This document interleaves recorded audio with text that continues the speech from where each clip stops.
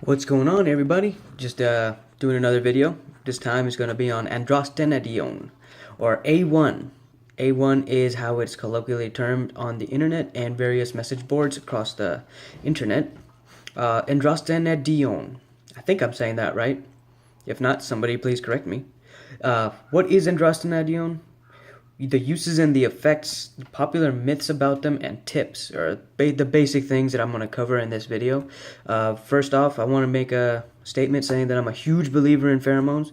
I believe they are very fundamentally useful in human beings' lives. They are not a magic pill. They're not a magic potion. They don't do what most people would think that they do.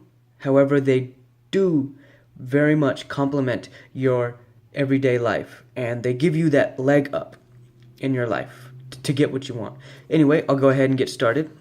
So the first thing I want to talk about is what is Androstenedione, or A1. So what it is, it's one of the most abundant pheromones produced by the human body. It is converted to testosterone in men and estrone in women. So androstenedione is actually one of the most commonly used pheromones in commercial pheromones and commercial pheromone blends. You will find it very common in the traditional pheromone market.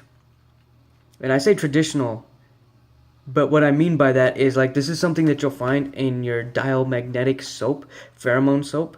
It is off the shelf that you can buy at a grocery store. Most grocery stores may not contain them, but some of them do. Like, I mean, here we have Kroger's, H-E-B's.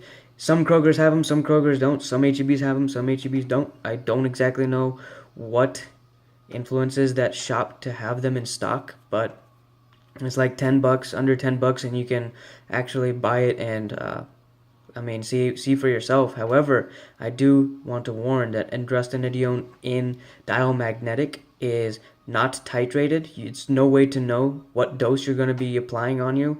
You're not going to know how much is actually getting washed off.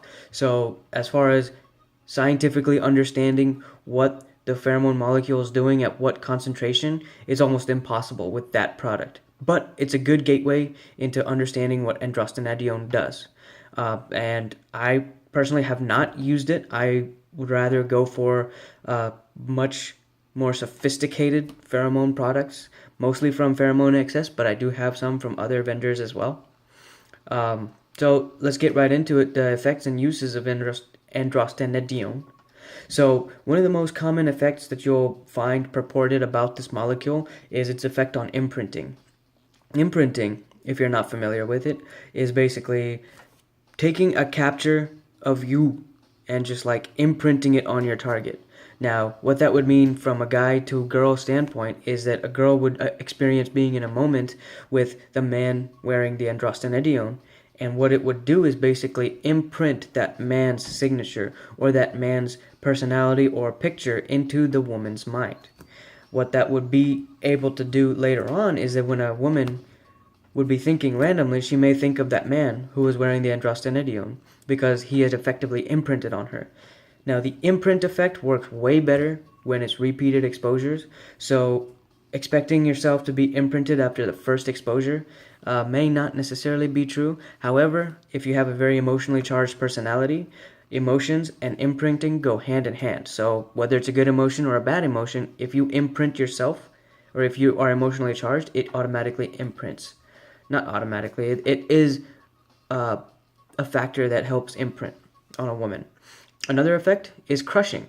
It is a very crushy, schoolgirl type crush on a guy effect that it produces in women. Now, this is not outright sexual attraction.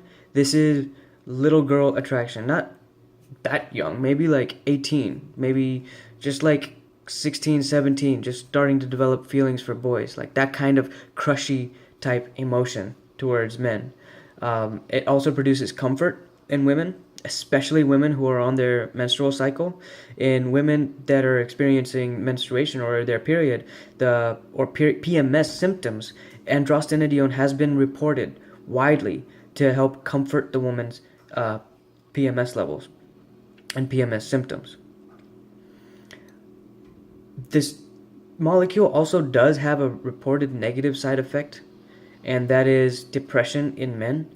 There are some other side effects that are somewhat reported around the internet, but I haven't really seen that to be as much of a factor as the depression is.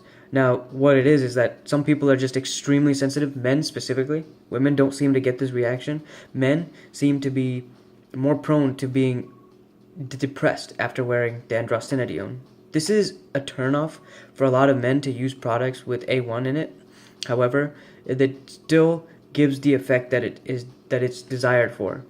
Now, that's just something to look out for. If you are prone to A1, then you might want to look into some other molecules. If you're prone to A1 depression, I'm sorry, let me rephrase that. So if you are prone to A1 depression, you may want to look into other molecules. However, I have experienced A1 depression, and it's really not that bad. Depression is not even a good word to explain it, you know. I would say it's more of like a slightly less than baseline mood. It is noticeable though, so just keep that in mind. Now, I want to get into some research scientific study that was actually published, behavior and psychophysiological results induced by androstenedione. I believe this was reviewed on ncbi.nlm.nih.gov. I guess PubMed. I'm actually reading from the study right now. It says it's a study called The Gender Effects and Sexual Orientation Impact on A1 Evoked Behavior and Neural Processing. That's a bit of a mouthful to read. But basically what this study has shown is that the results of the studies investigating androstenedione in a female sample, reduction of respiratory and cardiac frequency as well as skin conductance and increased body temperature, higher salivary cortisol levels, increases feeling of being focused, more intense pain perception, intensifies intrasexual competition strategies, higher attractiveness ratings of men, enhances positive mood, or in parentheses, feelings of being more relaxed, calm, and free of negative feelings, a higher sensitivity to androstenedione in fertile women, induces faster and more pronounced cortical responses. Now, they also did studies investigating A1 in a male sample. It says that other men who are exposed to a man wearing A1 results in increase in cooperative behavior. Now, there's also results in gender-specific studies. In women, it increases sexual arousal and skin temperature in a sexually arousing context, decreases skin temperature and increases skin conductance, increases positive feelings, and increased pain perception. Now, in men, it increases sexual arousal and skin temperature in a sexually arousing context, same as women, decreases respiration rates in a sexual arousing context, increases skin temperature and skin conductance, sorry about that, choked on that word, increased negative feelings, especially in unpleasant settings. So that's a scientific study that was published on A1. So there's a lot of falsehoods floating out there about pheromones, most of which is pushed by the media. I personally don't know why they would push these falsehoods and myths and stuff like that. It really doesn't make sense. What industry would be threatened by something like pheromones? But I mean, there is a lot of negative media on pheromones. There's a couple good media articles, or they're not even good. They're like semi-good. The true information to be learned can be found through forums like Truth or Discover XS, where you'll actually get reports from other users on what the pheromones actually do. So androstenedione is actually very commonly used. You'll find information about it all over the web. Here are some tips on using A1. Start with a low amount and work your way up. This is something that is very commonly stated and suggested on any pheromone product. Start low, work your way up. Use a small amount, use that same amount for 2-3 days and observe the effects. Then slowly start increasing the amount that you take, and take notes on that as well. And then finally, bathe yourself in it.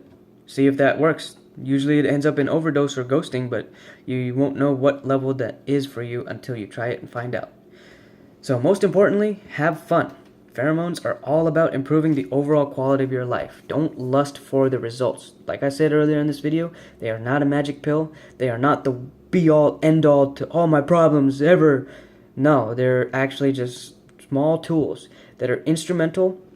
Don't get me wrong, they're small tools, but they are very powerful tools. But at best, they are an assistant in improving the quality of your life. They are not a magic potion. So, to anybody out there looking for more information on Androstenedione, I hope that this video covered a little bit of the information that you were looking for. A lot more can be found on the web. I have included a link down in the description on where to buy Androstenedione A-1. However, I do recommend more commercial products, and I've listed the links for those below as well. Just real quick, I'll name a couple of them. My favorite, personally, is Taboo by Pheromone XS. It's my personal favorite pheromone, probably. I believe if it's not my favorite, it's definitely in my top 3. Only topped by Exist and Ascend, if it's topped. So, anyway, there's also Voodoo, which may actually not contain A1. I personally am of the opinion it is, but there's a lot of sources saying that there's none, and I don't know. I personally seem to see a lot of A1 type results from it. It may be a similar compound, but that's just a quick disclaimer. Voodoo may or may not contain it. Ascend by XS does contain it for sure. So anyway, guys, happy farrowing. Peace out.